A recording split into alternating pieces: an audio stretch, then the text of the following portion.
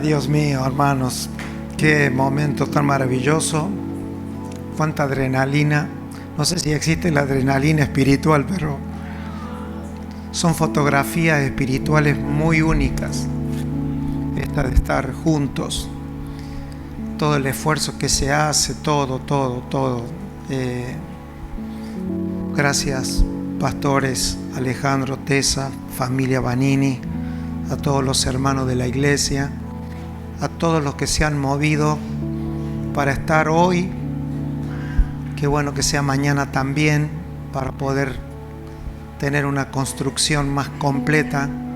No porque lo que se vaya a decir es profundo, sino que el predicador es medio cortito y finito nomás. Entonces le hace falta. Y la verdad que ver a la familia Protasovich acá es algo que no me esperaba ver. Juan Daniel, su esposa, sus hijos. Qué alegría más grande. Pastores también. Hay que salir de este momento. Tan lindo, tan lindo. Me dio una alegría, Daniel, verte junto a tu familia. Realmente es algo muy lindo, muy lindo. Saludo también a los pastores y a donde quiera que esta palabra pueda llegar. Oramos al Señor para que se añada lo eterno en nuestros días. Amén. Muy bien, vamos a empezar. Habrá tiempo para seguir contando algunas cosas, el porqué también de estos viajes, pero ya durante la palabra vamos a ir explicándonos un poquito, porque estas reuniones son para predicar a Cristo, y después, si hay tiempo, en nuestras conversaciones privadas, personales, que son tan espirituales como estas, habrá tiempo para aclarar, para expresar. Pero la verdad, profundamente agradecido a Dios, porque mi último viaje con mi familia fue estar aquí en Miami a finales y a comienzo del 2019 para el 2020. Después llegamos a Córdoba, salí para volver a Cali, Colombia, y ya después no salimos más. Así que no sabíamos ni cómo olían los aviones, no sabíamos ya nos habíamos olvidado de los aeropuertos. Tampoco los extrañamos tanto, porque el trabajo no faltó. Sí extrañábamos, como le dije al pastor Vanini, el Zoom traslada muchas cosas. Lo que no digitaliza es la ternura, el amor y los olores. Entonces, el olor y el perfume de estar juntos es algo que he aprendido a valorar después de esta pandemia. Entonces, se lo dije a Alejandro 2 veces.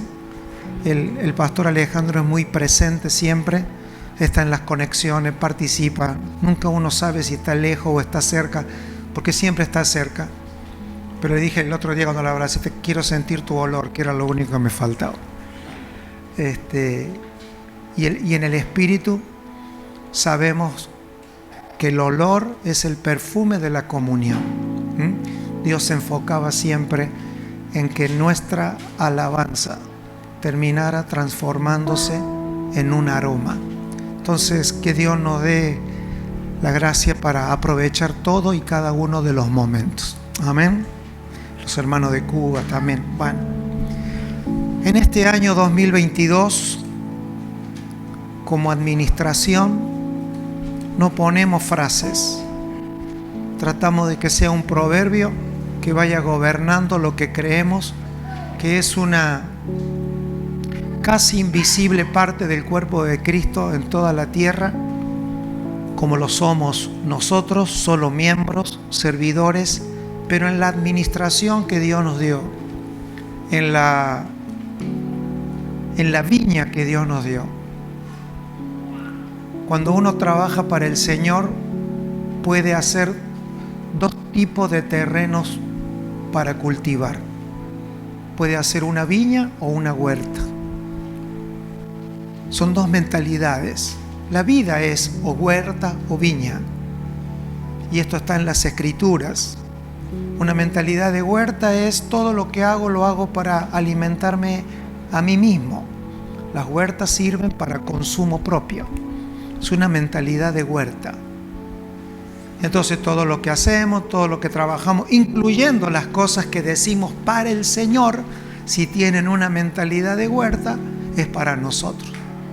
En cambio, usted puede tener una gran huerta y Dios no la va a defender porque Dios no defiende huertas. Y la diferencia de tener una pequeña viña, porque nadie tiene una viña para consumo propio. Todas las viñas y las vides están hechas para exportación. Entonces, por eso usted en la Biblia va a encontrar cómo Dios defendió ante un ejército a un hombre que el gobernante se quiso quedar con su viña, dice la Biblia, para convertirla en una huerta.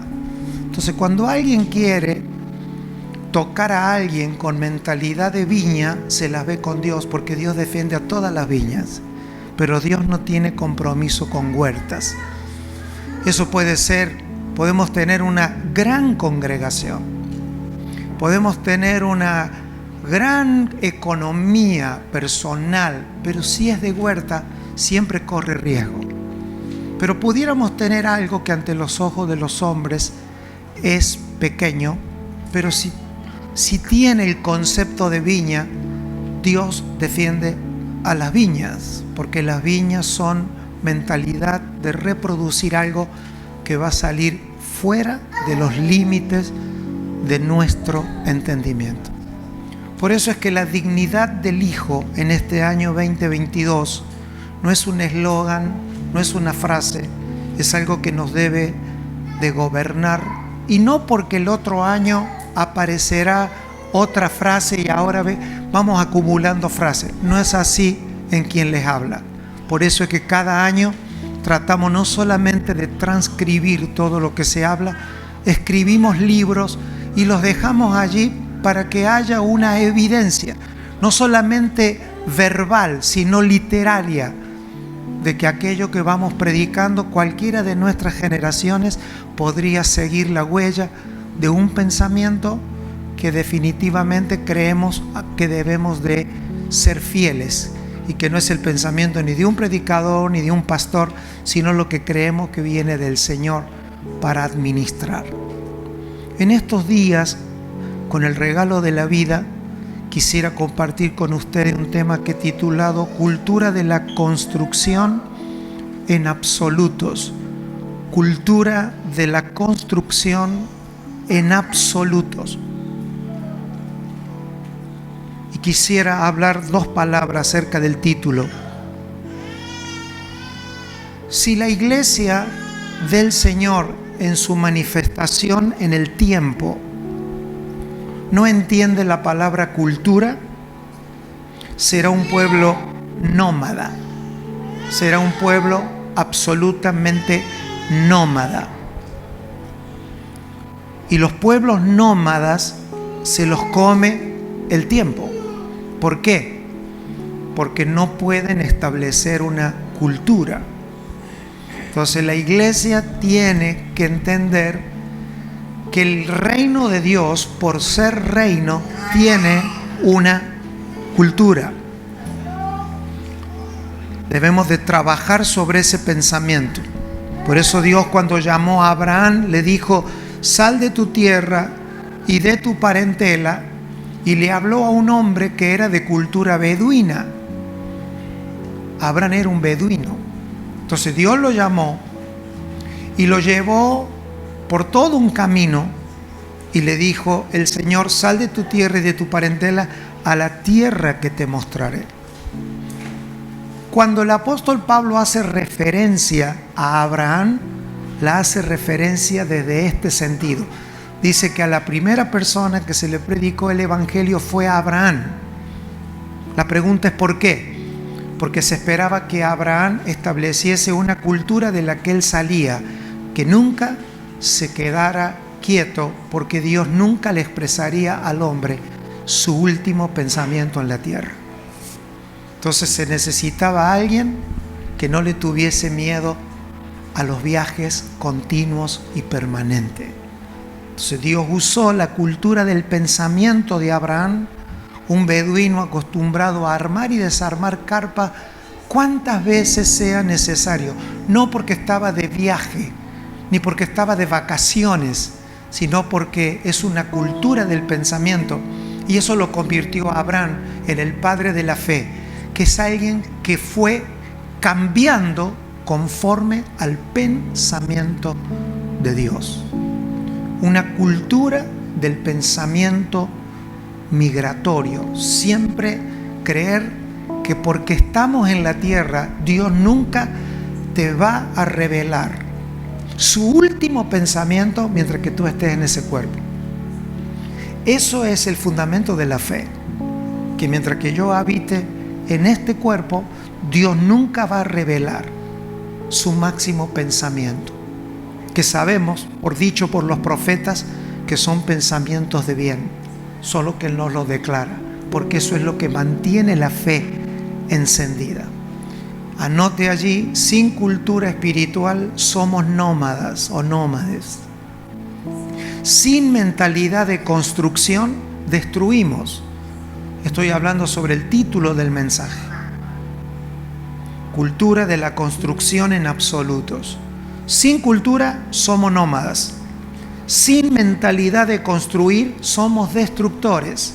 Jesús dijo, el que conmigo no junta desparrama. No hay término medio. La vida el Evangelio es una determinación a estar permanentemente actualizado en el pensamiento de Dios y construyendo, asegurarme de que todo aquello para lo que vivo construye algo. Y por último, lo más determinante, es una construcción basada en absolutos. Absoluto. Recuerde solo esto, porque de esto se trata, por si la duda se va temprano y no viene mañana.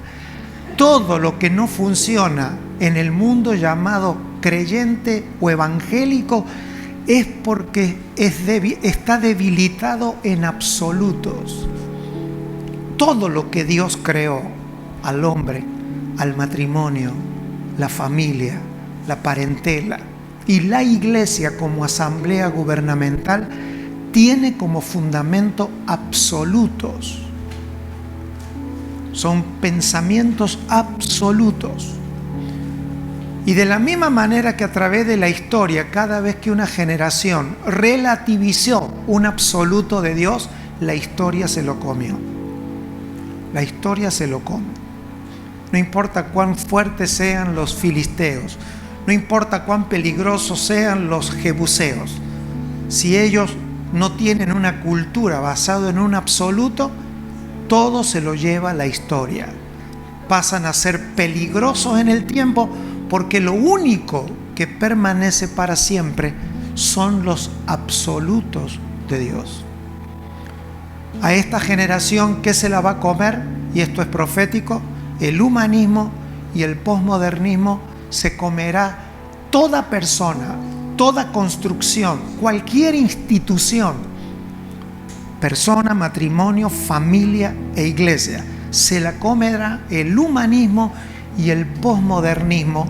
Por eso los absolutos de Dios están en el mayor tiempo de peligrosidad. Pero para eso está la iglesia. Hace muchos siglos que la iglesia no se establece en absolutos de Dios. Por eso es que llevamos más de 1900 años de historia sin que una generación trastorne al mundo.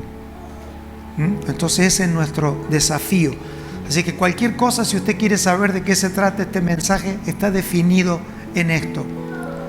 Imprimir una mentalidad de cultura, una mentalidad de construcción en absolutos. En absolutos. Una pregunta que parece obvia, pero no hay obviedades en la fe. ¿Por qué tenemos una Biblia? ¿Por qué? ¿Por qué todos los creyentes, sin saber hasta por qué, compramos una Biblia? Y si no la compraste, te la regaló tu papá si naciste en un hogar llamado cristiano. ¿Por qué necesitamos una escritura? Por la urgencia que significa recobrar las verdades absolutas de Dios. Esa es la razón, hasta donde yo puedo ver, que nosotros necesitamos una Biblia, un libro. Si queremos la podemos llamar como la llamó Pablo para no errarle: las sagradas escrituras, las cuales pueden hacerte sabio. No es que te hacen, pueden hacerte sabio. Porque las escrituras, por eso cuando usted ve que en una congregación o en alguien que usted quiere enseñarle la palabra, siempre tiene una excusa de por qué no leyó la Biblia, por qué no se aprendió los libros de la Biblia, por qué no sabe a dónde está Juan, no sabe dónde está, no yo, ¿no?, sino Juan de la Biblia. Cuando las personas se resisten a las escrituras, no es un asunto de disciplina. Se resisten y nos resistimos a la lectura de la escritura porque en nuestro interior no nos importan los absolutos de Dios.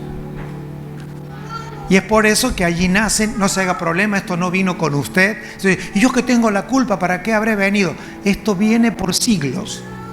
Yo desde que tengo uso de razón, mis maestros bíblicos, y cuando me pusieron a enseñar el leer la Biblia y entender las escrituras como una razón del ser espiritual, es una lucha. Las personas ven una película y se acuerdan de todos los detalles y algunos no pueden ni dormir después de ver una película. La gente se lleva la Biblia para, no, porque mientras que leo duermo. Eso significa que hay una cosa allí que está operante. El peor lugar para tener una Biblia es la mesita de luz. O sea, si usted tiene una Biblia en la mesa de luz, es porque a usted no le interesa un absoluto. Las personas que leen la Biblia en el concepto que estoy hablando yo, lo deben de tener en el lugar a donde usted pasa el mejor tiempo de calidad.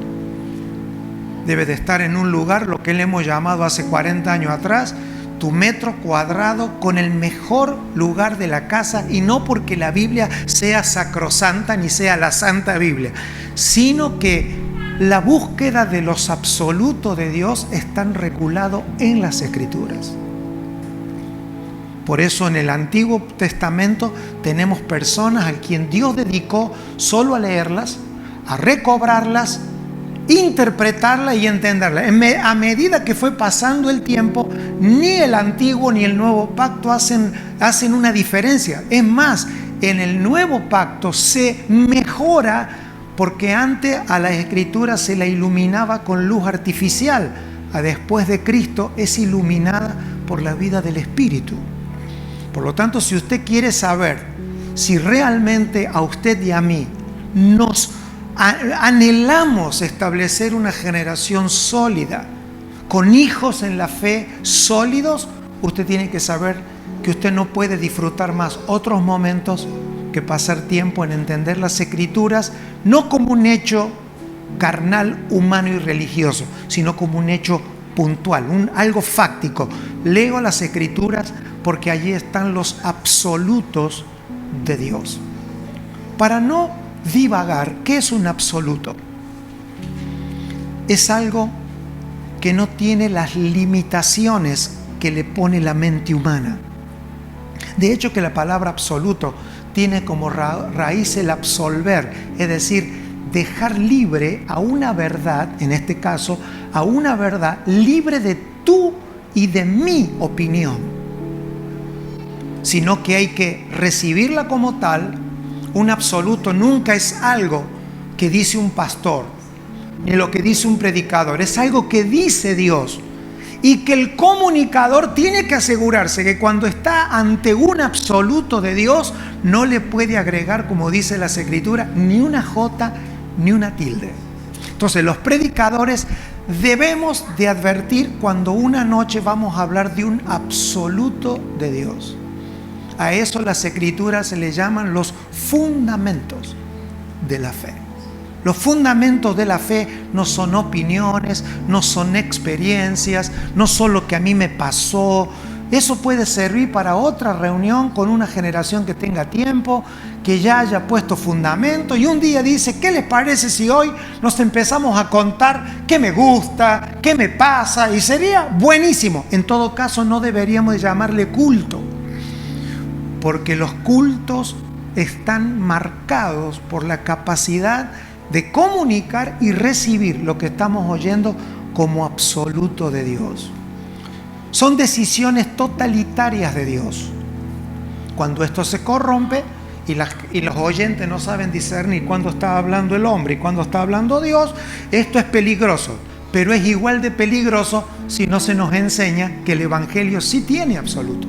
Lo que sucede es que si usted y yo todos leyésemos las Escrituras, si todos tuviésemos acceso a la misma intencionalidad de sabernos las Escrituras, de saber qué significa un profeta en las Escrituras, qué significa un profeta en Israel, qué significan los profetas en la iglesia. Si cuando decimos Apocalipsis dejamos de ver imágenes complicadas y comenzaríamos a resolver todo eso en casa, entonces daríamos un ambiente en nuestras reuniones de verdaderos absolutos, porque a donde hay un absoluto de Dios como fundamento, lo que viene es vida y viene la manifestación del propósito eterno de Dios.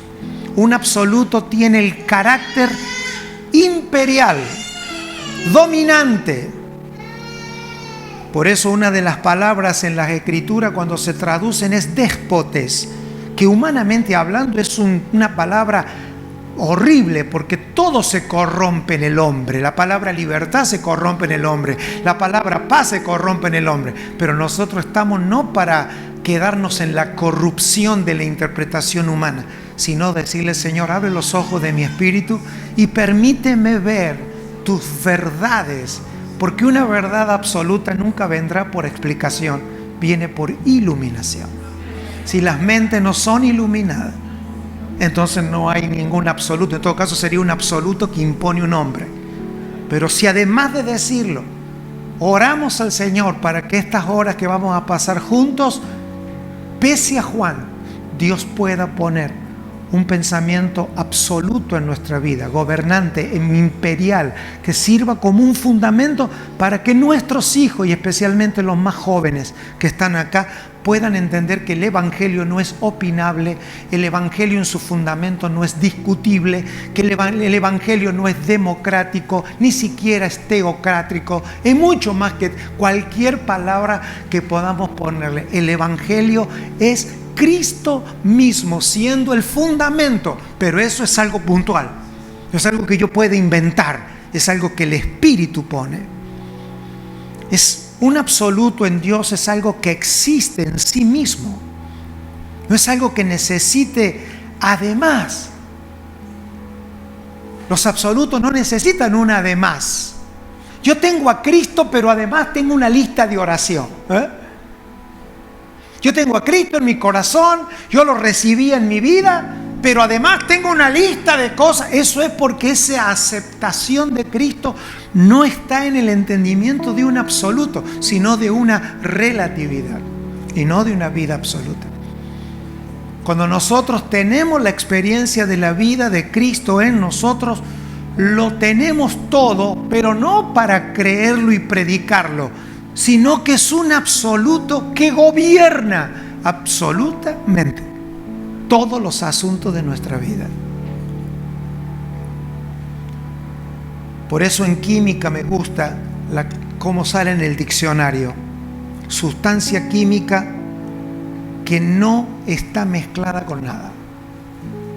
Se dice que ese producto es absoluto, no tiene ni dilución en nada. Y eso es, para eso tenemos una Biblia. Estamos explicando para qué tenemos una Biblia. Espero que esto mejore a lo que usted pensaba, porque si no habré perdido 20 valiosos minutos. Pero si para alguien sirviera, ya sería negocio. Que nuestros jóvenes entiendan. Y que si es de papel, mejor para empezar. De esa que te tienes que sentar, que no tienes que estar leyendo ocasionalmente. Y voy a estar de acuerdo con los viejos. Una bien grandota, para que no te entre ni en la guantera del carro, ni en el bolsillo. Esto es para empezar. Una vez que ya te la sabes, llévala en el formato que quieres. Pero para empezar se necesita recobrar la disciplina, porque en las Escrituras no está el versículo que tú necesitas para el día de hoy.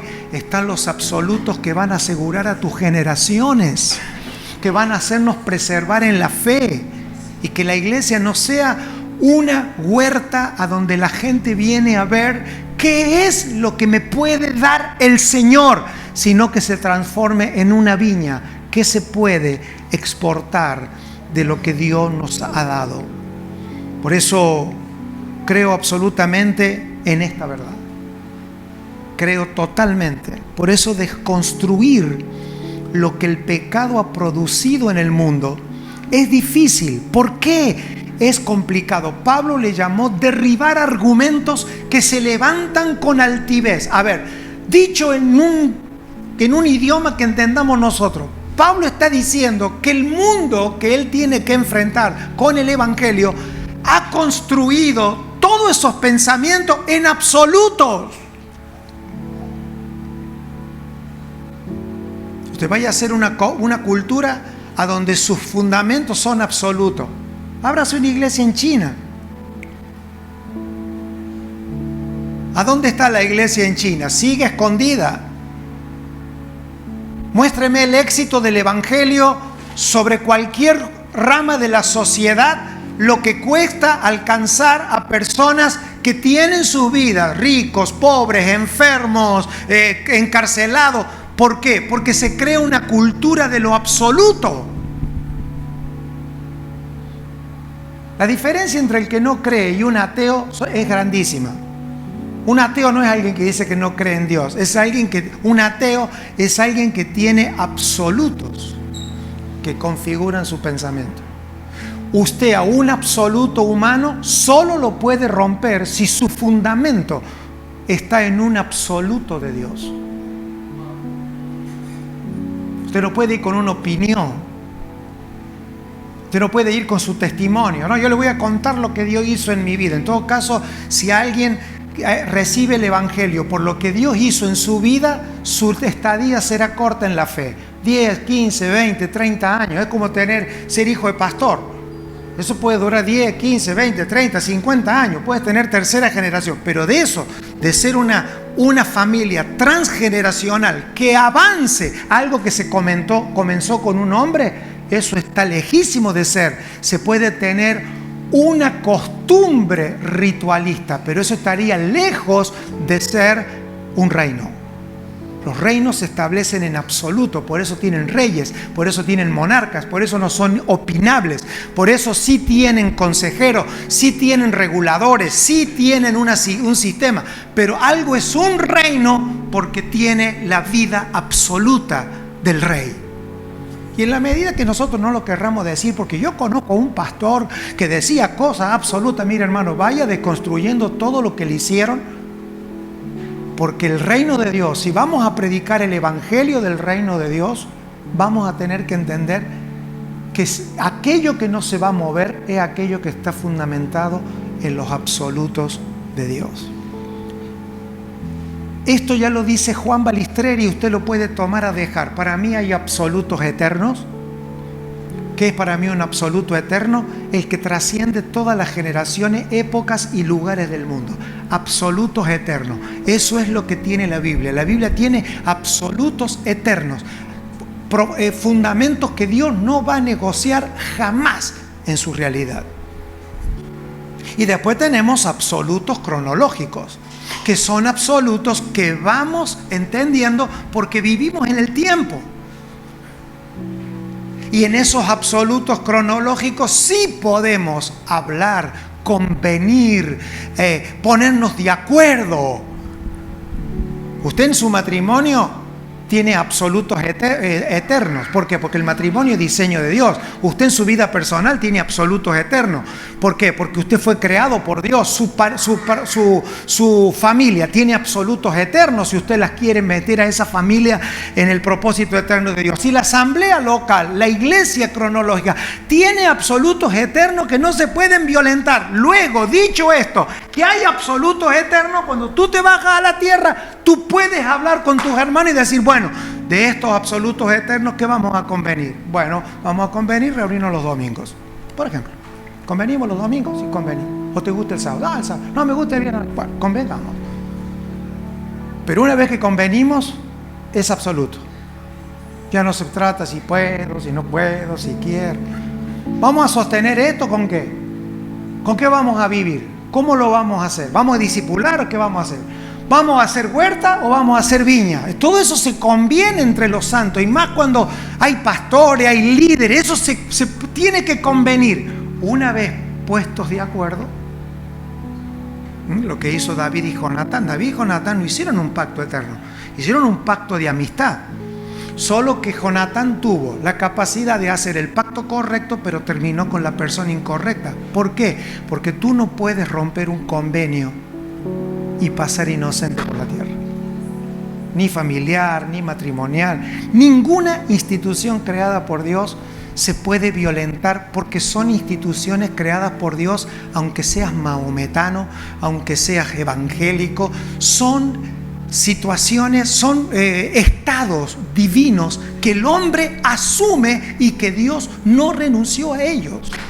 Es decir, si estamos 300 años más en la tierra, ni el hombre, ni el matrimonio, ni la familia, ni la iglesia se van a degradar para siempre. Pueden pasar por periodos de degradación, pero se restauran por el poder que la instituyó. Y todo lo que acabo de nombrar, Dios le dará dignidad en la medida que una generación decida construir.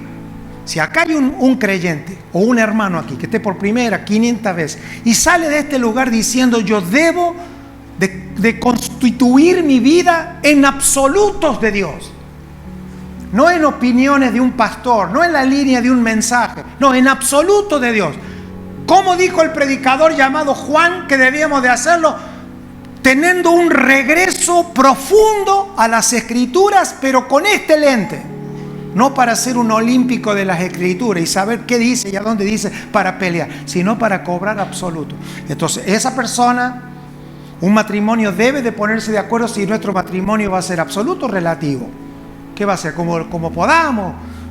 Bueno, eso se conviene. Y las iglesias también. Las iglesias deben de estar definidas. Las congregaciones deben de definirse si lo que van a producir en la tierra es un fundamento. En el año 2020 les compartí lo que fue, para quien les habla, un eje rector de cada mensaje hasta el día de hoy. Aquí en Miami fue a donde yo inicié una carrera hasta el día de hoy. Mañana tengo todos los datos que pedí a la gente que transcribe, de cuántas miles de páginas y de palabras se escribieron desde el día que yo me fui de aquí. Yo les compartí a ustedes que el corazón del mensaje en el año 2020, ¿cuál fue? Antes de la pandemia. Que el Evangelio es un relato testificado y legalizado de la convivencia entre un padre y un hijo. Desde allí yo no me he salido. Después ese año se llamó el Evangelio en la Constitución, después la nación que nace de Dios, pero ese ha sido el eje que ha regido nuestro pensamiento de edificación. El Evangelio se trata de que Dios te permita acceder a cómo un padre y un hijo conviven, para que nosotros lo relatemos y produzcamos en la tierra ese nivel de convivencia. Eso fue con ustedes. Eso fue aquí en Miami. He vuelto 15 veces al bosquejo para no salirme del eje, cuando a veces uno, las demandas del día a día te sacan y uno quiere salir. Entonces el eje rector era el mensaje, y que todavía creo que no he visto nada de todo eso, pero el Evangelio no es lo que yo creo que es. El Evangelio es haber accedido a la casa de Dios y haber visto cómo un padre y un hijo viven por una eternidad y se llevan bien, y de cómo nosotros por su gracia fuimos convidados a vivir en esa familia, y como vivo en esa familia celestial, puedo vivir en la paz terrenal, porque mi vida en la tierra es la expresión de una vida de paz en el cielo. Entonces yo aprendo de la familia celestial para vivir en la familia terrenal. Es un relato testimonial, no de algo que leí, sino de algo que mis ojos vieron. Por eso el Evangelio es por visión. Ábreles los ojos, porque nosotros no relatamos lo que oímos, relatamos lo que vemos, mejor de lo que oímos. Porque una imagen vale más que 1000 palabras. Este acuerdo que el Señor nos permite ver por el Evangelio, porque el Evangelio lo primero que te permite ver es el acuerdo absoluto que hay entre el Padre y el Hijo. Eso es todo el Evangelio. El Evangelio es que el Padre y el Hijo viven en absolutos. ¿Por qué? Porque Jesús no estaba diciendo, es que a mí me tocó nacer en Israel, es que yo vivo en Estados Unidos, es que yo vivo en Argentina. No, es que un absoluto de Dios tiene esa realidad, que Dios no se baja a ti, sino que Él te sube a Él. Esa es la diferencia, que cuando nosotros opinamos, bajamos a Dios al polvo. Pero cuando creemos en un absoluto, porque Dios en este momento va a abrir los ojos de nuestro espíritu, nos va a permitir ver un absoluto, entonces no habrá una bajada de Dios, sino que habrá una elevación. Juan dice, estaba yo en el Espíritu en el día del Señor.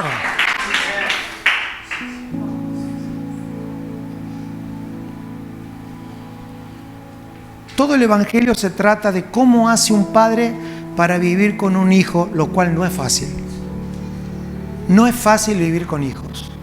Yo me imagino lo que habría resultado para Cataldo. Cataldo tuvo 8, yo tengo 6 y le puedo asegurar que es una cosa tener un hijo, y una hija.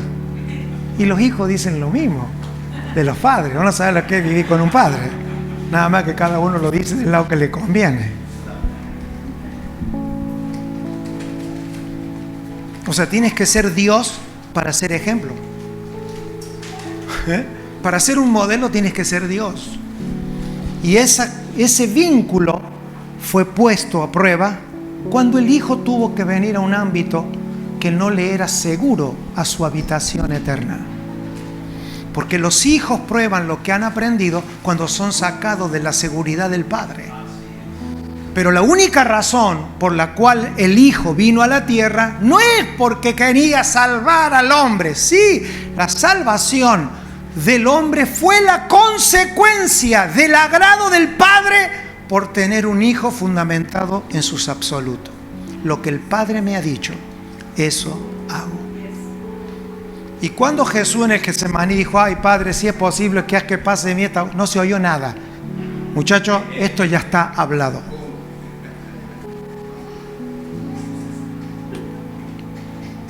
Porque la mejor manera de amar según Dios es desde los absolutos de Dios, aunque ningún humano te entienda. Tu vida y la mía deben de estar fundamentados en los absolutos del Padre. Jesús fue claro, yo he venido para que adoren al Padre. Porque es el Padre el que busca adoradores. Y yo he venido para que el mundo tenga la real apreciación. Porque un padre y un hijo pueden vivir juntos por una eternidad. Y si se casa el hijo, vivirá para siempre en la casa de su padre. Usted baja eso a la tierra, no sabe ni cómo vivir con su hijo, menos con su nuera. Porque en el hombre y en el mundo todo se altera. Pero en el plan eterno de Dios es una casa, es una familia. Es imposible de explicar si el Señor no nos abre los ojos, porque es el vocabulario de las Escrituras. Es el acuerdo entre ambos, expresar el conocimiento de un padre. ¿Por qué un padre llega a un acuerdo con un hijo? ¿Por qué? Porque se han determinado manifestar un propósito que los excede a los dos. La pregunta es, ¿por qué Dios creó al hombre? Una respuesta puede ser teórica y hay una que es espiritual. Espero decirla espiritual. Porque hay dos cosas diferentes entre el poder de Dios y el querer de Dios. Son dos aspectos de Dios que nosotros tenemos que discernir en la gestión diaria. Dios puede hacerlo todo solo, pero determinó no querer. Y usted existe por eso. Porque Dios quiso participar de su propósito al hombre. ¿Y cómo lo hizo? A través de su Hijo. En realidad, el Padre quiso expresar su propósito con el Hijo. Y para que ese Hijo viniese a manifestar el propósito del Padre, hubo que crear a un hombre que lo reprodujera. Ese hombre no entendió el propósito, entonces el Hijo literalmente tuvo que volver. Tuvo que ser enviado. Porque es el querer de Dios. Dios puede hacerlo todo, solo que no quiso hacerlo solo. Debemos de entender que Dios no quiso hacerlo solo, y ese es el fundamento absoluto de Dios. Eso justifica su amor, eso justifica su gracia, eso justifica su verdad, su fidelidad. Pero hoy hay un avance de aquel enero del 2020 para mi vida, y espero que esta frase pueda ser gobernante por los próximos años hasta que Dios me permita estar. Hoy creo que hay un avance, porque en aquellos días entendimos que el Evangelio era entender la convivencia entre un padre y un hijo. Pero hoy creo que esa convivencia produce un modelo más grande que convivir, un modelo de estar congregados en Dios. Hay como una elevación. Primero el Señor nos permite acceder al Evangelio y ver cómo ese padre y ese hijo se vinculan. Nadie puede predicar el Evangelio si el Espíritu no nos da esa realidad. ¿Cómo viven? ¿Cómo es un día? Lo que dijo David: daría todo para estar un día en la casa de Dios.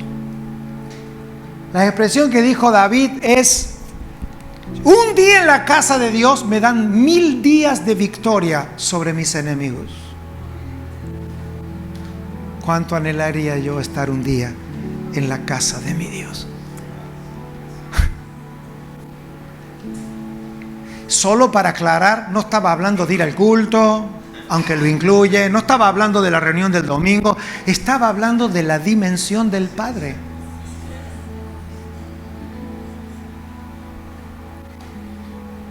Es una dimensión espiritual a la que Jesús nunca se quedó retenido en la tierra. Y eso explicaría por qué alguien, pudiendo ser poderoso, famoso y tenerlo todo, a los 33 años dijo: qué bueno que esto está terminado, porque nada se compara a vivir con mi Padre. Yo quiero volverme a la casa del Padre. Y en el último libro que tenemos en la Biblia, que es Apocalipsis, puesto allí con bastante acierto, aunque la cronología quizá no sea esa, pero está acertado, cómo se termina con un trono y el Hijo del Hombre al lado del que está sentado en el trono. Eso era lo que él quería. Y ese es el Evangelio. Y eso es un absoluto. Y eso es lo que tenemos que creer. Amado, todo lo espiritual tiende a no entenderse primeramente, como esto. Es por eso que el Evangelio está tan mal entendido desde el arranque de la vida de la fe de los santos. Todos padecemos ese no buen arranque, esa falla de bujía. Todo lo espiritual no se entiende primariamente. ¿Por qué? Porque venimos cargados de nuestras propias realidades. Y aunque ya hemos oído esto, tenemos que seguir repitiendo esto, porque nuestros jóvenes, los jóvenes que son de 25, 24 hacia abajo, deben de entender que deben de reconectar su vida con las Escrituras en términos de buscar absolutos, porque estamos tan alejados de los absolutos que cada vez que usted le quiere decir a alguien más joven un absoluto de Dios, suena ridículo.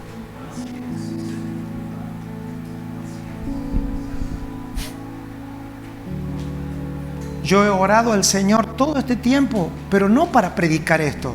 Yo ya no oro para predicar, yo ya sé predicar. Yo podría predicar en cualquier lado y en cualquier hora, todas las veces que usted me pida, porque yo ya sé predicar. Solo que abandoné la predicación en términos de púlpito y sé que en el Señor, si no hacemos una elevación en comunicar las cosas que son fundamentales, a donde se nos permite, a donde no estamos todos los días, a donde tenemos que llevar la encomienda primaria del Evangelio, amados. Y no es para que nos sintamos mal, esto no es un problema suyo personal, aunque lo es, no lo es en responsabilidad, pero ahora lo es por haberlo oído. Si usted no hubiese venido, se salvaba. ¿Qué significa que además que un padre y un hijo vivan juntos, congregarse? Algo traté de adelantar en el último Zoom y por lo que algunos me contestaron desde Córdoba, los cordobeses, no se entendió el concepto. Entonces voy a redoblar la apuesta. Es una configuración del pensamiento del creyente, porque el padre y el hijo no solo están vinculados, sino que están congregados. Y esa palabra congregación tiene que ver con la generación del poder que da un trono.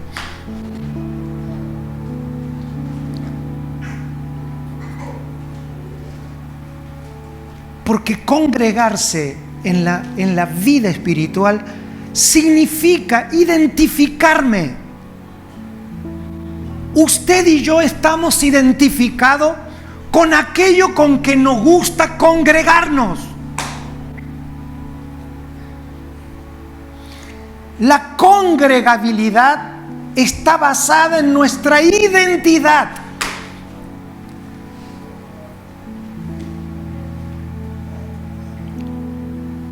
Y no estoy hablando, por favor, y tampoco lo estoy menospreciando, solo que estoy aclarando como el ABC de este mensaje, que nosotros como creyentes tenemos que definirnos por los modelos que queremos de fe para expresarlo en el tiempo.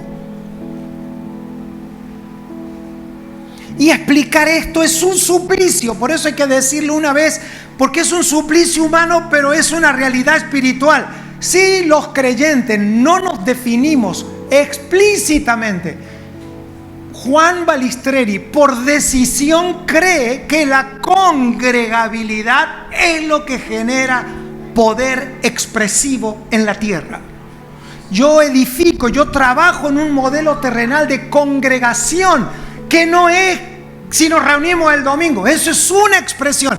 No va primero la forma de reunirnos, sino el modelo que he visto en el Señor. Y ese visto no viene heredado por la iglesia evangélica. Viene de generaciones que hayan visto que el evangelio no solamente es la convivencia sana entre un padre y un hijo, sino que también cuando están juntos generan un poder, un nivel de autoridad que lo pone por encima de todo lo creado.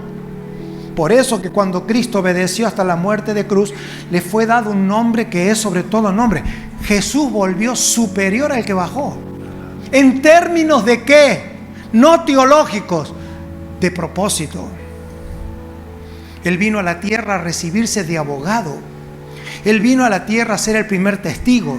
Él vino a la tierra a inaugurar el apostolado. Él vino a la tierra a inaugurar al profeta. Él vino a la tierra a inaugurar al pastor. Él vino a la tierra a inaugurar lo que es un maestro. Él vino a inaugurar lo que es ser un hijo de Dios. Cuando Él vino a la tierra, vino a inaugurar todo lo que se nos pide hoy, que por la vida que recibimos de Cristo podemos vivir. Pero eso no es algo teológicamente aceptable. Eso solo sucede si experimentamos una visita en el Espíritu a donde el Padre y el Hijo conviven.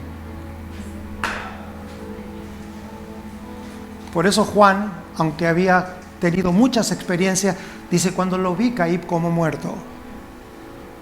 Se ve que todo lo que él había vivido no se comparaba a verlo. Entonces la humildad nunca puede ser un factor de conducta. No vas a producir un creyente humilde porque le hables de humildad. Recién cantábamos Tu Fidelidad y yo hace años atrás siempre decía, cuando era un muchachito joven, digo, hay himnos que parece que en vez de cantarlos nosotros los cantaría Dios, ¿no? Imagínense que cantamos recién, oh tu fidelidad, oh tu fidelidad. Mira si Dios te lo cantara a ti, oh tu fidelidad. O sea, porque además de la fidelidad de Dios hace falta nuestra fidelidad. Y fidelidad significa persistir en tu fe, sin alteraciones, sin altibajos. La fidelidad es haber encontrado un absoluto y morir porque es más valioso un absoluto de Dios que tu condición en la tierra.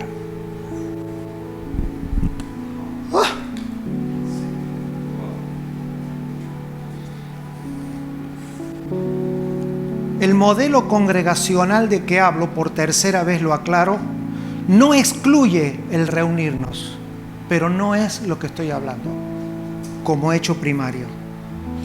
Le llamamos con modelo de congregación a la medida de luz que nos viene del Espíritu, de saber que cuando estamos juntos hay más Dios que cuando estoy solo. Esa es mi definición. Usted la toma, la deja, la mejora. Usted me ayuda porque estoy hasta mañana acá, podemos mejorarla. Pero nosotros no estamos diciendo que estar juntos es lo que asegura éxito, sino que cuando dos se ponen juntos y crean una medida de densidad, en este salón hay más Dios que aquí al lado. O es lo que se supone, ¿no? Si cada uno de nosotros nos congregáramos mañana, Jesús lo dijo al número, no estoy inventando nada, 2 o 3. ¿Qué significa reunidos en su nombre? Envueltos en un torbellino de Dios. Es decir, que a usted fue congregado como cuando el viento junta. No sé cuántos de ustedes tienen una casa donde saben que si hubo viento va a encontrar hojas. ¿Sí? ¿Hay alguien acá sabe lo que estoy hablando? Me están mirando como si no existiera ni el viento ni las hojas. Colaboren, muchachos. Hay casas donde usted sabe que si hubo viento, yo siempre digo, si Córdoba la puerta tiene viento, yo vivo en el ojo de la llave. Yo ya sé si hubo viento, yo ya sé dónde tengo que ir, porque el viento reúne, el viento junta. En el Espíritu, la voz y la vida del Espíritu produce congregabilidad, pero no es una congregabilidad pasiva donde la gente se duerme, donde escuchan a un predicador. Eso puede ser un formato aceptable y creo que tenemos para varias décadas más, pero no estamos hablando de eso. Estamos hablando de la intencionalidad, que cuando yo estoy reunido en su nombre con alguien de las mismas características, se debe de generar una expresión de poder basado en esta congregabilidad que el Padre y el Hijo muestran. Por eso todos los profetas, cuando Dios se los llevaba a que visitaran el cielo, ¿cómo venían de allá? Humildes, humillados. No va a encontrar ningún cocorito. Todos los hombres fueron mejor después de una experiencia celestial. Todos. Elías fue más productivo después de que bajó el fuego. Elías fue mucho más productivo. Saulo fue mucho más productivo después que cayó. Todos se convirtieron en personas mejoradas. ¿Después de qué? ¿De una experiencia personal? No, de una celestial. Ellos vieron algo que no te lo puede dar una enseñanza ni una clase. Entonces la iglesia debe de ser invitada a un lugar celestial. A eso se le llama el nuevo nacimiento. ¿Cuál es la diferencia? El nuevo nacimiento es nacer de arriba. ¿Qué significa? No que tú levantas la mano, sino que somos elevados. Y habrá tiempo para hablar de eso. Es una medida que genera poder. Toda reunión de personas genera poder. Por lo tanto, nosotros somos portadores del poder que tenemos de las reuniones que disfrutamos. Los apóstoles eran estrictos, no solamente con quién se juntaba, sino con quién se tocaban. Eran estrictos en que no le digas bienvenido a todo el mundo. Palabras poderosas, la ropa que tocaban. ¿Por qué? Pero no porque eran religiosos, no. Es porque ellos habían tenido, porque para ser apóstol habían que tener esa experiencia. La experiencia de haber visto cómo ellos no pudieron decir todo lo que vieron. El mismo Pablo dice, no hay palabras para decir lo que yo vi. Y el pobre hombre trató de poner en palabras y a lo único que se dedicó fue a escribir más errores. 80% de las cartas apostólicas son la denuncia de gente que nunca entendió cómo un padre y un hijo viven. En Corinto, divisiones. En Gálatas, querían matar al hijo de nuevo, si ya el padre lo había matado. Así, todo el no entendimiento. En Roma, para que se entendiese la justificación. En Colosa, para que desmistifiquen el pensamiento. Es decir, es una tarea ardua tratar de arrastrar a un creyente que no haya tenido una ascendencia en el espíritu y haber visto a la iglesia en términos celestiales. Pero ahí estamos. Yo siento que vamos a hacer, yo creo, no siento, siento en mi espíritu, es un sentir espiritual, que esta noche es un inicio para quienes querramos. Yo no estoy acá diciendo, y ahí lo espera un libro allá afuera, cómprelo. No traje libro, libérese, no tengo nada para venderle. No necesitamos vender nada. Estamos a la búsqueda intencional de creyentes que podamos llegar a una medida de entendimiento que nos parecemos y somos el fruto de nuestras congregaciones. Somos el fruto. Y si el lugar en el que tú disfrutas, y esto le hablo a los jóvenes, le hablo a los ancianos, le hablo a todos, el lugar que usted disfruta estar genera poder. Y usted y yo nos parecemos a los lugares a donde estamos y con quién estamos. Porque esto es un asunto de diseño. No es algo que a mí me reveló el Señor y a Juan. Está en diseño. Tú no puedes haber estado 3 años con Jesús y que no se te haya pegado el tono de voz en tu boca. Estaba, mira, habla igual. Y eso no es que Jesús se dedicaba a enseñar idioma ni formalismo, es el poder. ¿Cómo tú haces para estar 3 años con Jesús y no parecerte a Él? Imposible. ¿Por qué? ¿Porque era Jesús? No, sencillamente porque Él sabía lo que es, cómo tú culturizas a personas en 3 años y medio, cómo tú le transmites una cultura. Toda reunión deja en nosotros una medida de la suma de las personas con las que estuvimos. Quiero volverme primeramente de mí mismo un observador. ¿Qué reuniones disfruto? ¿Cuáles? Porque eso explica mi vida, mi espíritu, mi alma y mi cuerpo. Eso explicaría la parte que me corresponde de mi matrimonio, no todo el matrimonio, la parte que me corresponde. La parte que me corresponde de la crianza de los hijos, la parte que me corresponde en la congregación, la parte que me corresponde en el mundo está determinada porque yo llegue a la noche y decir, de este día, en todo lo que estuve reunido, esa es mi vida. Es decir, ser profético es saber que tu futuro son el tipo de reuniones presentes que tienes. Lo que tú hablas en todas las reuniones de tu vida es la profecía de tu futuro. Tú no tienes que estar, ay, ¿qué será de mi vida? Yo le voy a decir cuál es su vida y se lo digo como un siervo del Señor y un hermano en Cristo y me lo digo para mí. Usted quiere saber cómo va a ser su futuro en la tierra, eterno, emocional, físico. Haga un examen de cuáles son los últimos 10 años con el que usted ha disfrutado y ha querido estar y usted tiene la profecía de sus próximos 10 años. Y al menos que no cambie el entendimiento de estar reunidos, por más que le entremos a 50 mensajes y prediquemos 800 mensajes y hagamos todo lo que hacemos, no va a cambiar, porque nada se iguala al poder transformador que tiene el espíritu con el que yo me reúno. Y olvídese del culto que usted va, el día. A veces me preguntan, ¿por qué las ELAs o los sustentando la visión se convierten en algo tan paradigmático en la vida de muchos, de todos nosotros? ¿Y por qué la volvemos a hacer y no nos aburre? Porque no es que hay algo así como que no se puede explicar. Tú no puedes ser igual después de estar 4 días sentado de la mañana a la noche, aunque estés cansado. Pero se trata de que tenés que estar pila y que te podés hasta dormir, nadie te va a despertar. Puedes no venir ese día porque te quedaste a dormir y te la disfrutaste como han hecho algunos, excepto yo, que tengo que estar ahí dando la cara. Pero no es que no tiene que ver con que usted venga de allí como una persona que se sabe todo lo que dijo. Es algo que se produce cuando estamos. Ahora, si eso no se cultiva todos los días, como viene se va. Pero si se cultiva como hacen muchos, y se sigue, y se sigue, y se sigue. Porque esto se vuelve monotemático, ¿eh? Esto suena así lindo un día, pero ¿sabes lo que es? Mañana se te muere uno, vino la pandemia, se te está cayendo otro, tienes a 15 en terapia intensiva, el otro que se quiere ir de la iglesia. Y usted tiene que mantenerse diciendo, amados, el Evangelio se trata de cómo vive el Padre con el Hijo, no de cómo vive usted. Usted en todo caso sería la expresión de alguien que no se desvíe por 100 años del mensaje.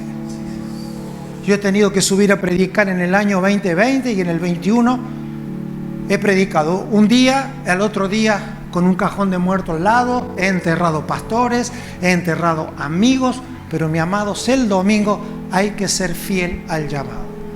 A21, ruta 21. A22, como si estuvieras haciéndote el idiota, solo que no somos idiotas. Tenemos que tener un pensamiento cultural. Y se enoja no le gusta el otro. Hermano, todos cometemos errores en esta gestión hasta que un absoluto se quede metido en nuestros hijos, porque mientras que nuestras generaciones sean un montón de creyentes relativistas, será una iglesia pagana, una iglesia con fundamento equivocado y no podrá expresar nunca la medida por la que vino a expresar a la tierra. Dígame, pastor, ¿hasta qué hora? Son 9:10. No, yo puedo terminar, mañana sigo.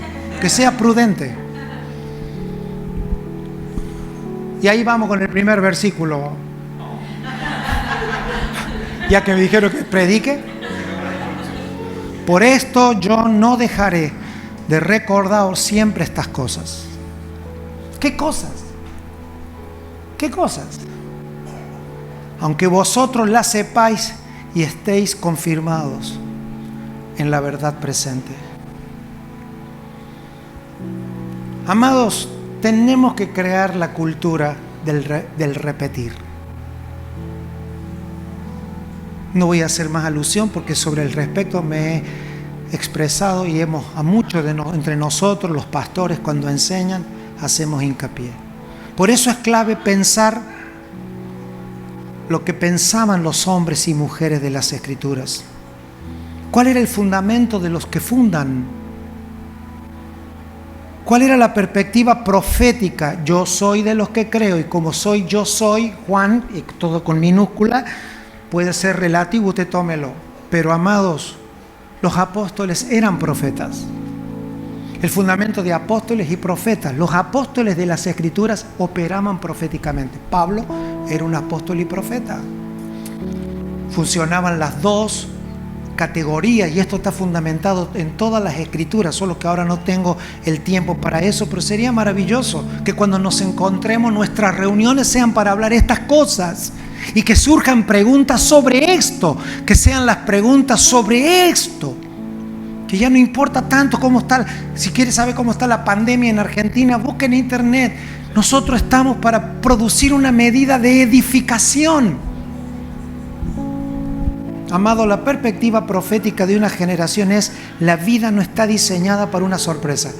Tu futuro no es sorpresa, está definida por nuestro transitar. No hay tal cosa como a mí me pasó y yo no lo esperaba. Es probable que los detalles no lo esperáramos. Es posible que la forma no lo esperábamos.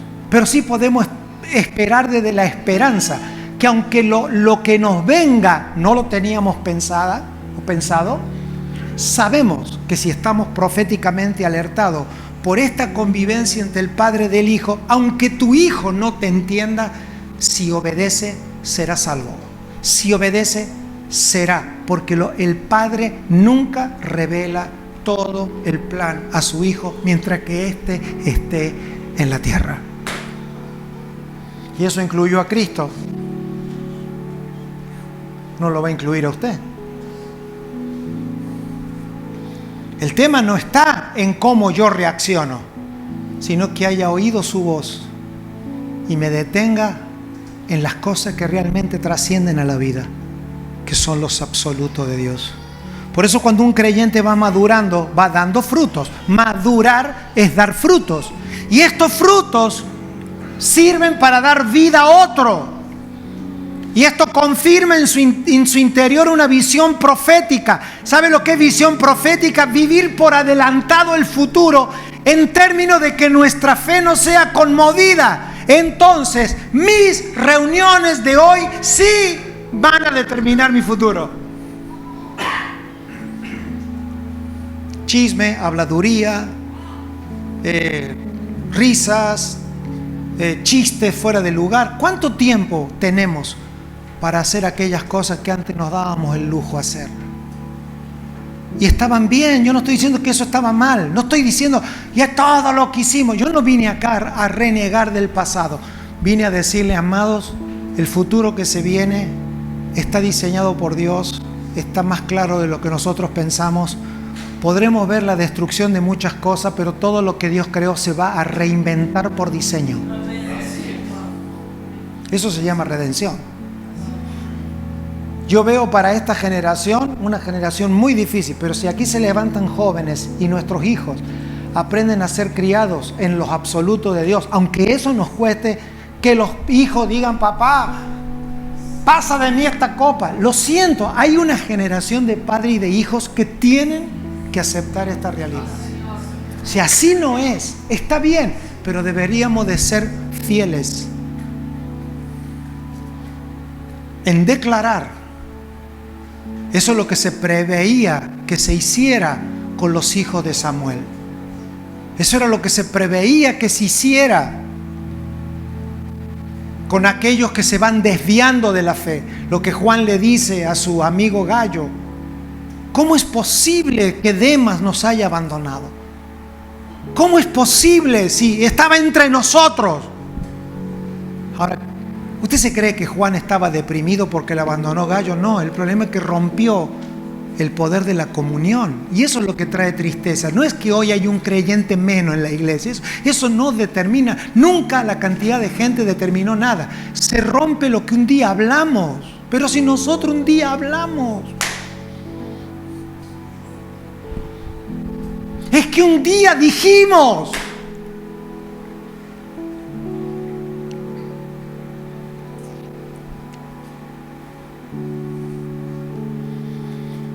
Este asunto es muy delicado porque es el aspecto más espiritual de la edificación de lo eterno en la tierra. Voy a decir la frase y después, si usted lo quiere volver a oír, detenga aquí el audio o lo que sea, el video, y vuélvalo a oír. Lo repito. Este asunto que estamos hablando de una progresión, de que el evangelio debe de ser una corrida de telón, Dios permitiéndonos entrar a su casa, que esto lo hablamos en Miami la última vez, y les relaté porque tengo el bosquejo acá y hasta sé a dónde encontrarlo y hasta lo tengo acá en la cabeza, los colores de las frases, porque vine 15 veces ese bosquejo. Y Jesús decía, el reino de los cielos es semejante a un hijo que se fue de la casa, a una mujer que limpió su casa. Siempre es una casa, porque Jesús solo expresaba su deseo de volver a casa. El regreso a Dios no es un mensaje escatológico. El regreso a la casa de Dios no es un viaje al cielo imaginario que yo tenga que tener. Es el anhelo ardiente del corazón de alguien que sabe que en la casa de su Padre hay muchas moradas. Y que la obra de la cruz no era salvarte a ti de tus pecados como fin, sino que es hacerte partícipe. Y que tú te sientas. Jesús lo dijo, hay muchas moradas. Estaba hablando de ellos. Pedro mejora la expresión de Jesús. Pedro dice, vosotros sois moradas de Dios en el Espíritu. Es decir, la que Jesús dijo que vio, Pedro dice, ustedes son. Pedro interpretó a Jesús. Tú no te vas a una morada, tú eres la morada, y a donde estás tú, desde el espíritu de congregación, hay casa, hay iglesia. No hay que estar inventando viajes humanos que inventa la cabeza y la teología. Nuestra realidad no es escatológica, es vivencial. Yo quiero estar con mi Padre. Y no me viene nada de mal estar en este cuerpo, porque estando en este cuerpo, mi cuerpo se convirtió en la habitación de Dios. Y cuando este cuerpo se degrade, no me resultará para nada extraño habitar en la casa de mi Padre. Porque mi Padre habita en dos versiones, por su poder y por su querer. Por su poder habita la eternidad, pero por su querer habita en el hombre. Y si vivimos para Él, vivimos. Y si morimos para Él, morimos. Sea que vivamos o que muramos, somos del Señor en todas las versiones. Esa era la médula del Evangelio. Amados, este tema de regular nuestras reuniones va a costar mucho dolor, porque esto trae tensión vincular. ¿Qué pastor ha generado tanta autoridad en una iglesia con absoluto de Dios que le pueda decir un miembro: mire, tus reuniones no te convienen, y que obedezca aunque no lo entienda? Porque hay un tema aquí, y esto es una realidad humana, no es divina, pero es humana. Todos somos excelentes examinadores de otros. Yo estoy seguro que yo me paso una semana con Simón y le digo todas las reuniones que no tienen que estar. El tema es: ¿qué se espera de los miembros? Que él tenga la misma accesibilidad para que en mutua convivencia los vínculos sirvan para librarnos unos a otros. No es, el Evangelio no es más que eso y nada menos que eso. Que tú le digas a una persona: tus reuniones no son convenientes, y que no te cueste la amistad, que no te bloqueen el teléfono, que no te saquen de Facebook, todo eso, porque esta generación no entendemos esto. ¿No ves que los pastores dicen: ese hermano es... Yo cuando iba creciendo en las iglesias, ¿cómo decían los pastores? Ese hermano es fiel, no falta nunca. ¿A qué reuniones no falta nunca? A las reuniones de los cultos de los domingos, donde venía a pelear.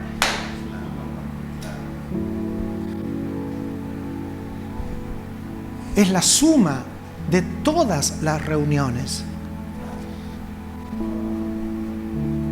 Reuniones de trabajo, reuniones familiares, reuniones de esto, reuniones. La suma de todas esas reuniones es igual a lo que vivo y a lo que viviré. Por eso, escribe la visión, le decía Dios. Escribe la visión. Esto es lo que yo estoy viendo, pero no significa que va a ser lo que ustedes vivan si no lo ven. Tenemos que aprenderle a hablar a esta generación, a vincularnos desde esta realidad. ¿Tú quieres rendir cuenta de tu vida? A mí personalmente me importa un comino, como decimos en Argentina. Me importa nada si usted gana, no gana, si tiene trabajo, no trabajo, si es rico, si es pobre. Amado, la edificación no se hace con su presencia en una reunión, se hace con su aporte cuando usted puede mostrar que usted cuida todas sus reuniones diarias y valora el valor apostólico y profético de estar en un lugar a donde su vida puede ser determinada para siempre.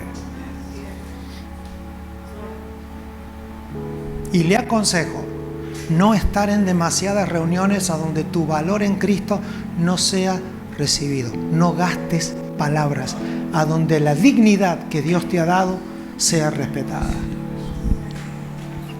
Si no se te respeta como hijo de Dios, ese mundo te arrebatará a ti y a las generaciones que llevas en tus ovarios o en tus testículos, pero te los comerá. Tómelo como negativo, como quiera. Estoy hablando lo que he visto en mi espíritu. Usted puede o no estar de acuerdo. ¿Está bien? El tema es que los niveles de tolerancia y de paciencia son difíciles, y se lo dice alguien que cría hijos todavía. Así que a mí no hace falta que usted me explique nada. De chico, yo soy un viejo acá, que me paré acá, que ya tengo un hijo de 40 años. Tengo de 40 y tengo de 7. ¿De qué color le gusta? ¿Qué color le gusta? A ver si de alguna manera puedo usar lo que tengo, no como modelo ni ejemplo, sino para que seamos respetados en el Señor. Aprender la conducta de nuestros padres, que tienen la capacidad de reconocer toda la mala gestión que hemos hecho, pero no podrán decir que somos viejos que no vemos. Todavía seguimos viendo, nuestros ojos no se han cerrado. Seguimos viendo mejor que nunca para advertir a la próxima generación a que construya vida, matrimonio, familia, parentela y congregación. ¿Cuál es mi compromiso con el Señor entonces?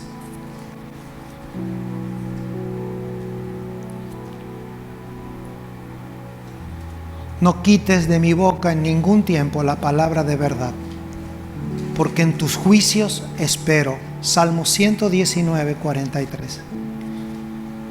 ¿Cuál es la palabra de verdad? La que son verdades absolutas. Solo voy a leer y voy a terminar. Amado, ¿qué nos importa? ¿Qué nos importa?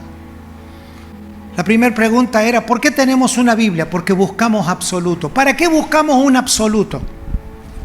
Para producir un efecto y un impacto en el mundo mientras que estamos en él. A usted no lo tiene que explicar su vida, a usted lo tiene que explicar el mundo. Se ha malinterpretado ese pasaje que dicen, ¿quiénes son estos que trastornan el mundo? Eso no era el mundo, no eran los impíos de la esquina. El mundo abortivo, el propósito eterno. Religión, economía, política. Eso que trastornan el mundo no lo dijo un impío, el cantante que graba el tema musical y está en Spotify. No es el mundo que hay que trastornar.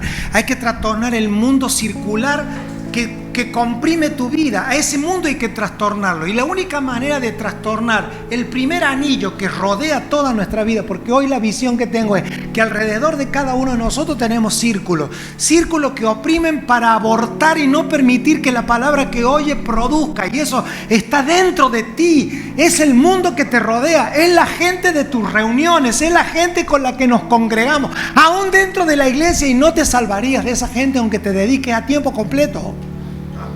¿Cómo lo rompes? Trastornándolo, mostrando que tienes una reacción trastornadora que no se esperaba.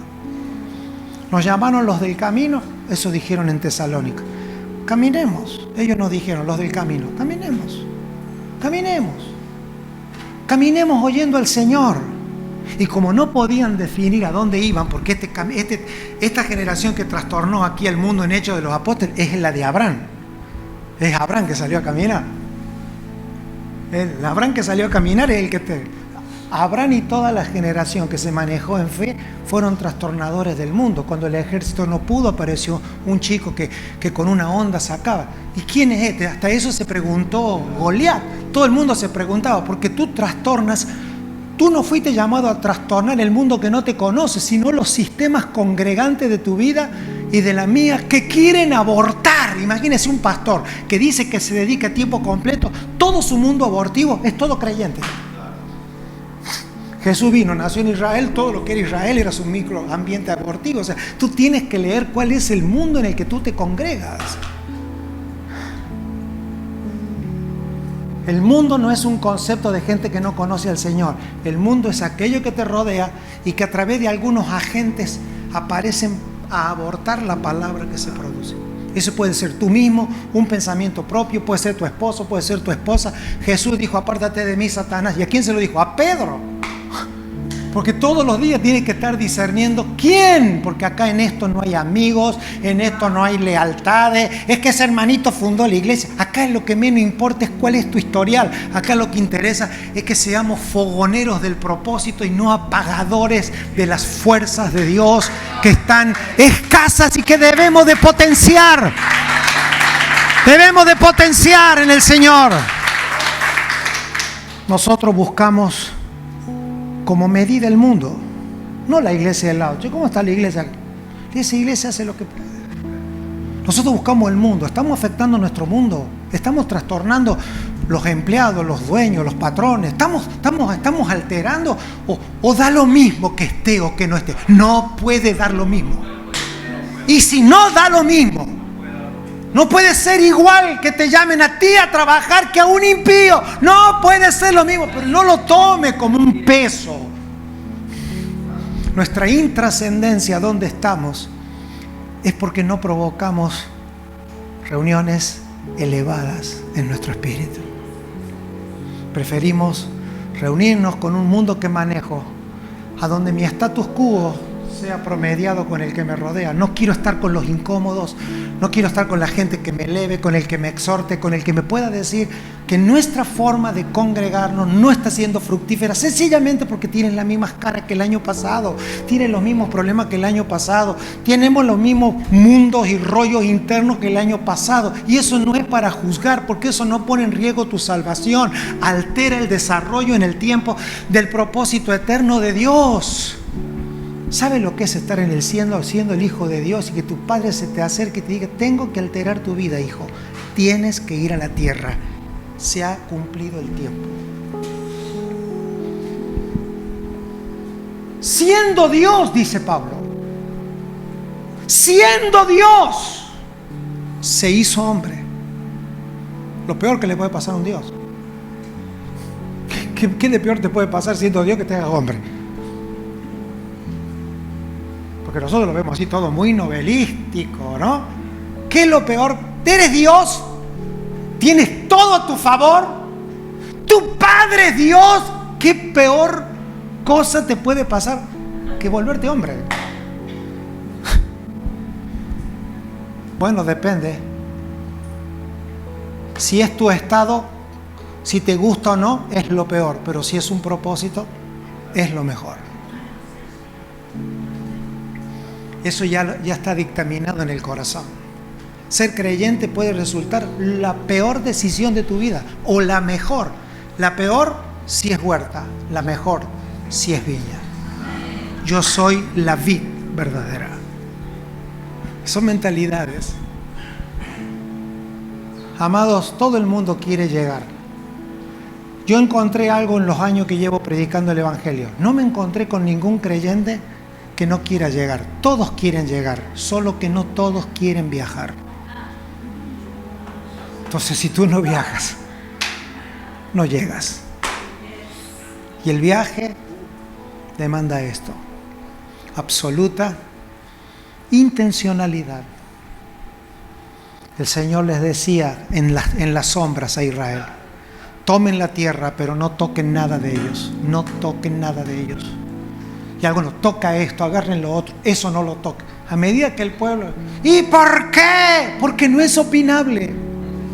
Hasta que te explique el por qué yo no quiero que toque eso, se te va la vida. Entonces, obediencia no es cerebro cerrado. Obediencia no es prohibido pensar. Obediencia es que solo vivirás 100 años y no tienes tiempo para una explicación eterna. Jesús fue tan obediente que no necesitó vivir 100 años. A los 33 entendió el proyecto. Y feliz dijo: consumado es.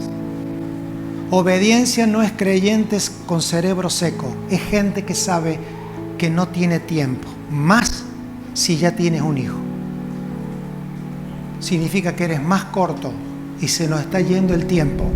No podemos seguir pensando la vida desde las cosas que creemos y que nos gustan. Esto es una iniciación, es una introducción. Mañana podremos llegar a esta mentalidad de cultura de construcción en absoluto, y que podamos encontrar. Y usted ya esta noche, no hace falta que esperen a mí a ver qué pasa mañana, vaya y lea las escrituras, léala intencionalmente.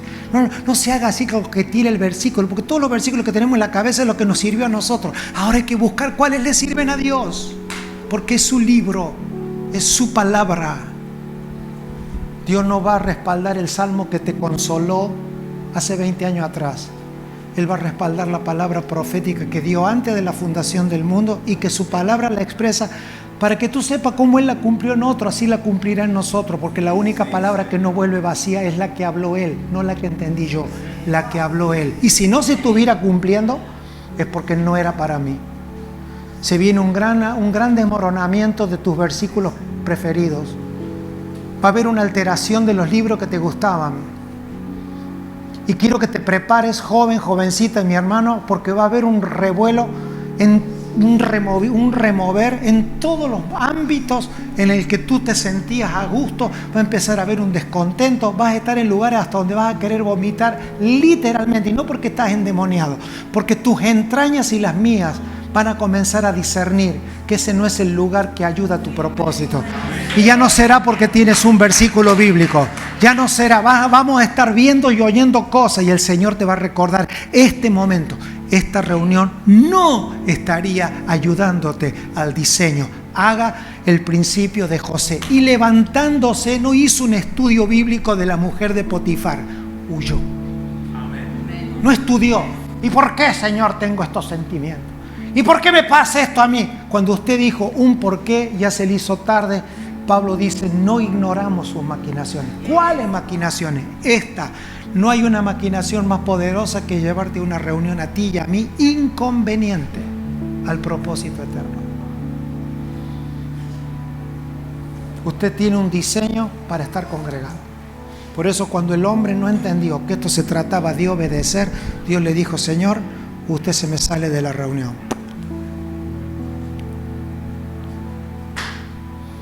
Esta reunión acá, en este Edén, está pensada para gente que aprende a la primera vez. Yo no le voy a dar a usted un estudio bíblico del árbol de la vida.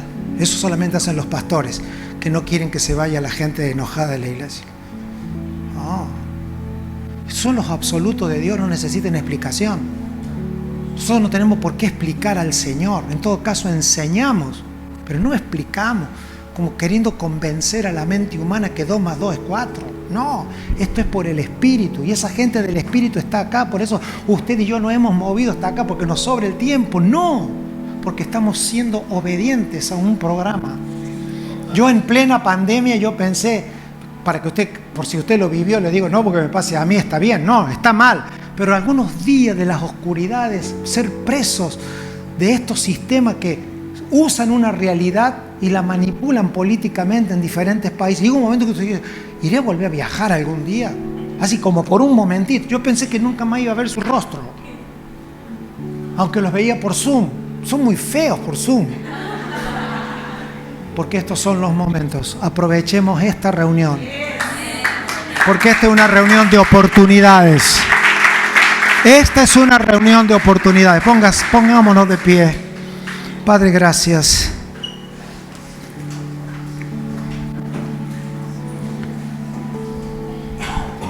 Bendito eres, Señor.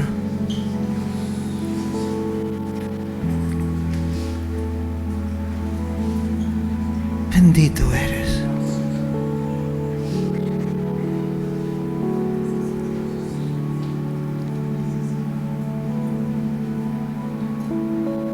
Qué bueno que es estar en tu casa, Señor. Esa casa que nos cobija 7/24. El lugar a donde queremos estar en el Espíritu. En la seguridad de tu conocimiento, Señor. Es por lo único que doblamos nuestras rodillas.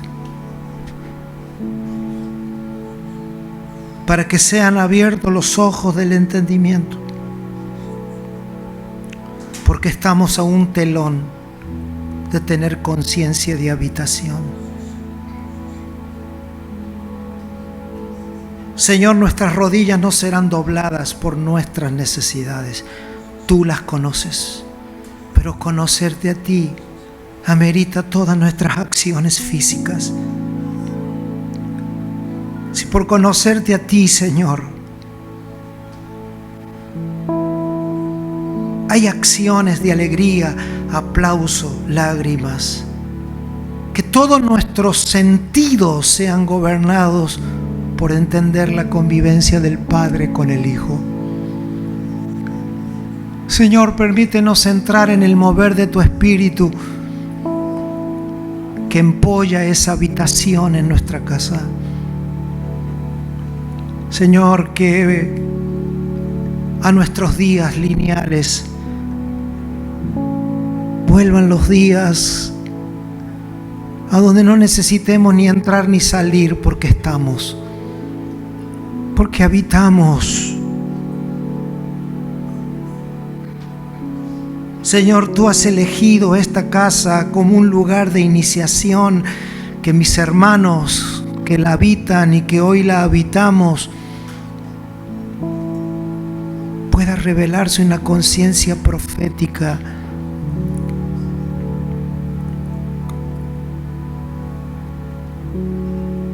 Señor, que este día puedan ser absorbidas todas las mentalidades de pequeñas huertas para que se conviertan en vides, en vida.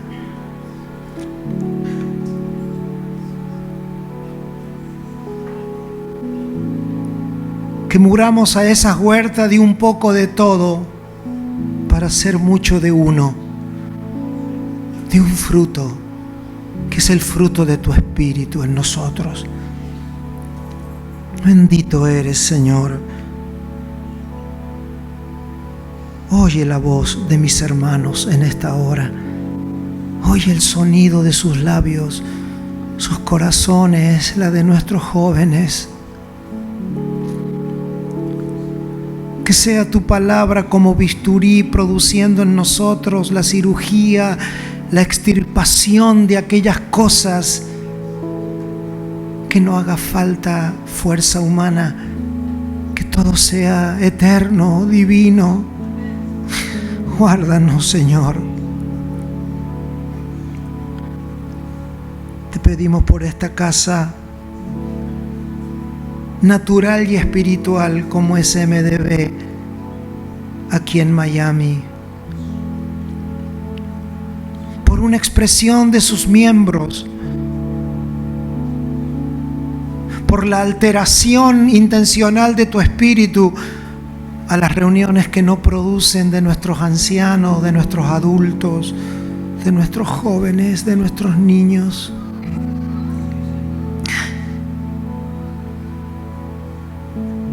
No podrán ser contaminados.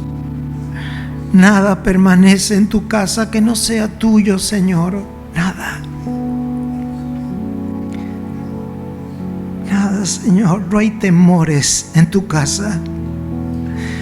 No hay temores. Queremos estar temprano a donde está tu nombre en medio, Señor. Queremos estar a tiempo. Ver el rostro de los que amamos, que aman tu nombre, que te sirven a ti, que honramos y honran la dignidad que nos ha dado de servirte. Bendito eres, Señor. Te pido por la pastoral de Manantial de Vida, por sus hogares, por sus hijos, por las iglesias, que en pocas horas podamos oír un sonido de saber que esta palabra que es tuya, Señor, produjo algo para ánimo, para alegrarnos entre nosotros, que esto trajo salud, milagros, maravillas, prodigios por los que viajaron de lejos. Que sus horas aquí en esta ciudad reciban noticias de que algo eterno está sucediendo en sus geografías. Si alguien recibe esta palabra a la distancia, Señor, sea para salvación. Gloria al Señor. Bendito sea Dios. Gracias. Gracias, Señor.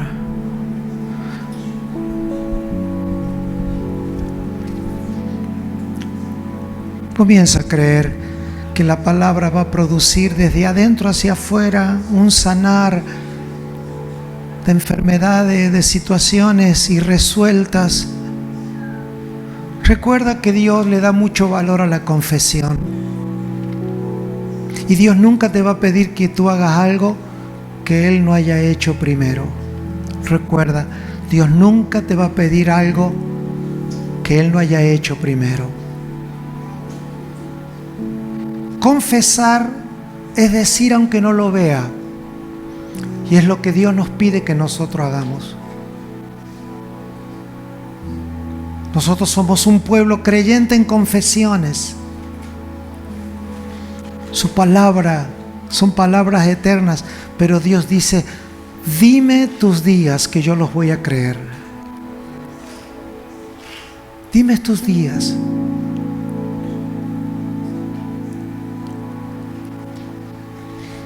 Dime en los próximos minutos qué harás con tus reuniones, qué harás con tu teléfono, qué harás con tu WhatsApp. Dime qué harás con todo círculo de personas, sea digital, sea cibernética, sea física. El Señor dice: dame una arra, dame una entrega confesional y mi poder será sobre ti para que nuestras reuniones sean fructíferas. Porque vas a expresar mi nombre. Por eso mañana queremos avanzar en esta convivencia del Padre con el Hijo, porque el Padre y el Hijo vivieron juntos para algo que Jesús se aclaró y se encargó, de aclarar en todas sus expresiones. Él solo vino a hablar cómo su Padre había afectado su vida.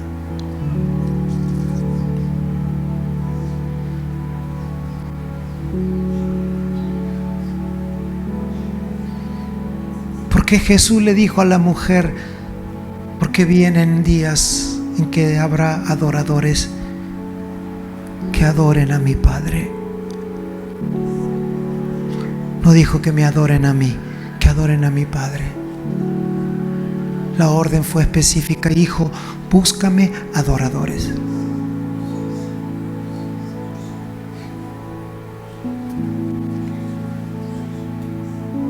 Que adoren en espíritu y en verdad. Aleluya. Gracias, Señor.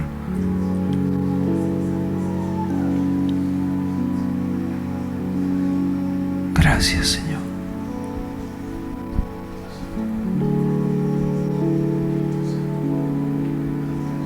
Síguenos hablando, Señor, tus historias eternas. Dinos las cosas que ojos no vieron ni oído oyeron.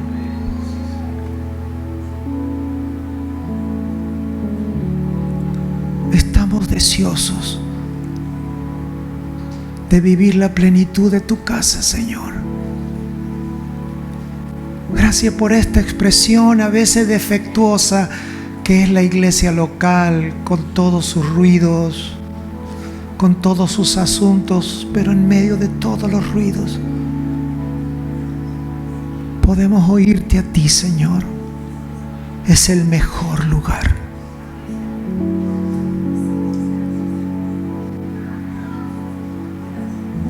Proponle tus días al Señor. Yo te ruego, yo hace años que no hago esto, tengo un testimonio. Abre tu boca, es el peor momento para estar callado. Proponle tus días al Señor. Libra un cheque para cada día de esta semana en tu confesión al Señor. Y no tienes que ser Einstein, solo fíjate y deja que el Espíritu te traiga las fotografías de cómo han sido tus últimas reuniones en estos abarrotados 2 años de la locura de este mundo. Y vas a encontrar que tuviste momentos muy sabios, muy inteligentes, y otros hasta hoy. Sencillamente deja que el Espíritu programe, y en nuestros próximos días algunos pastores, cuando supieron que veníamos sin agenda para predicar, nosotros no vinimos a Estados Unidos este viaje a predicar, pero estábamos abiertos a hacerlo y de hecho que lo estamos haciendo. Porque no es qué onda, sino que, amados, nuestras reuniones no están determinadas por un culto.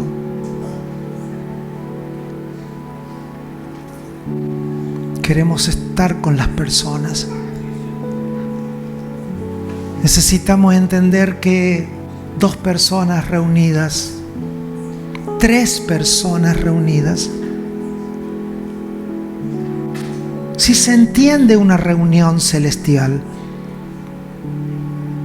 se puede gobernar todo el universo. De allí Jesús sacó, si 2 o 3 se pusieran de acuerdo.